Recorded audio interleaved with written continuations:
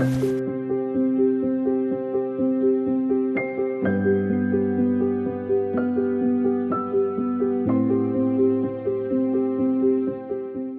saya Anggi Destiati, founder dari brand Satinis, sebuah brand fashion dengan skema modest fashion lokal dari Indonesia.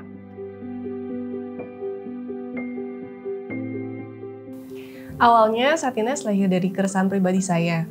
Saya melihat banyak perempuan, termasuk saya sendiri, yang sering menghadapi dilema kayak pingin tampil elegan, tapi juga butuh kenyamanan untuk aktivitas sehari-hari. Dari situ, saya mulai merancang busana dengan bahan silk dan satin yang looknya elegan, mewah, tapi tetap fungsional. Tahun 2023 menjadi titik awal, saya resmi membangun Satinis dengan konsep modest minimalist fashion supaya perempuan bisa bergaya elegan dari kantor, meeting, sampai acara formal tanpa harus ganti baju.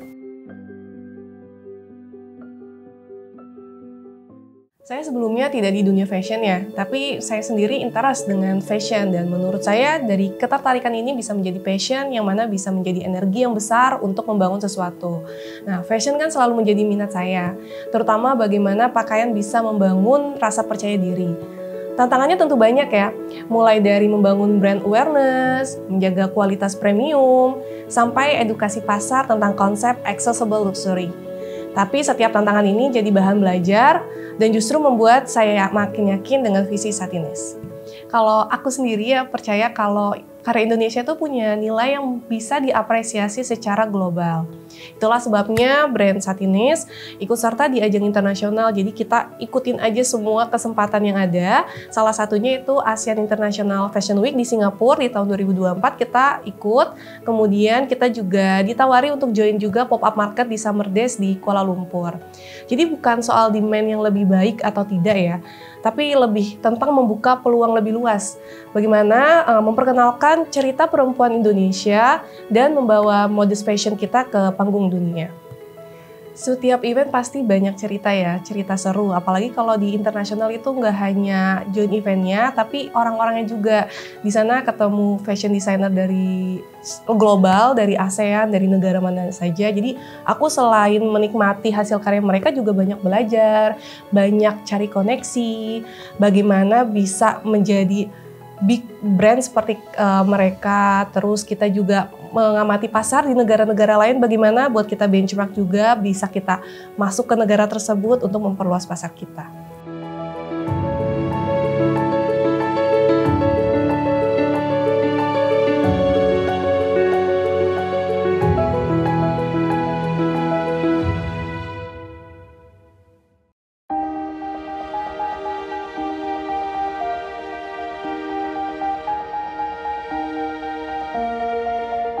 Satinis ini nggak hanya memproduksi produk pakaian yang elegan dan mewah, tapi kita juga berkomitmen pada sustainability.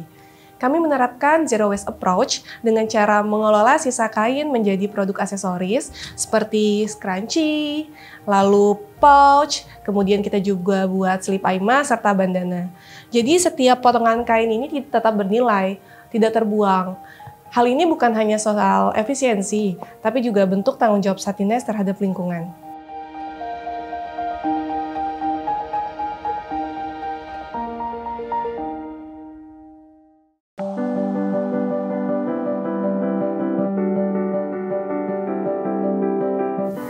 Apa sih yang membedakan Satinis dengan brand fashion lainnya? Yang membedakan Satinis dengan yang lainnya mungkin kita bisa mulai dari filosofi dulu kali ya. Jadi memang Satinis ini mengusung filosofi accessible luxury.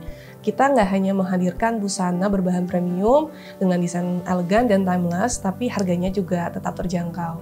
Selain itu, Satinis juga membawa cerita heritage Indonesia loh lewat motif dan desainnya. Seperti bunga kembang sepatu, ombak laut, serta garis vertikal yang kita buat pada desain yang melambangkan tentang keanggunan dan kekuatan perempuan Indonesia.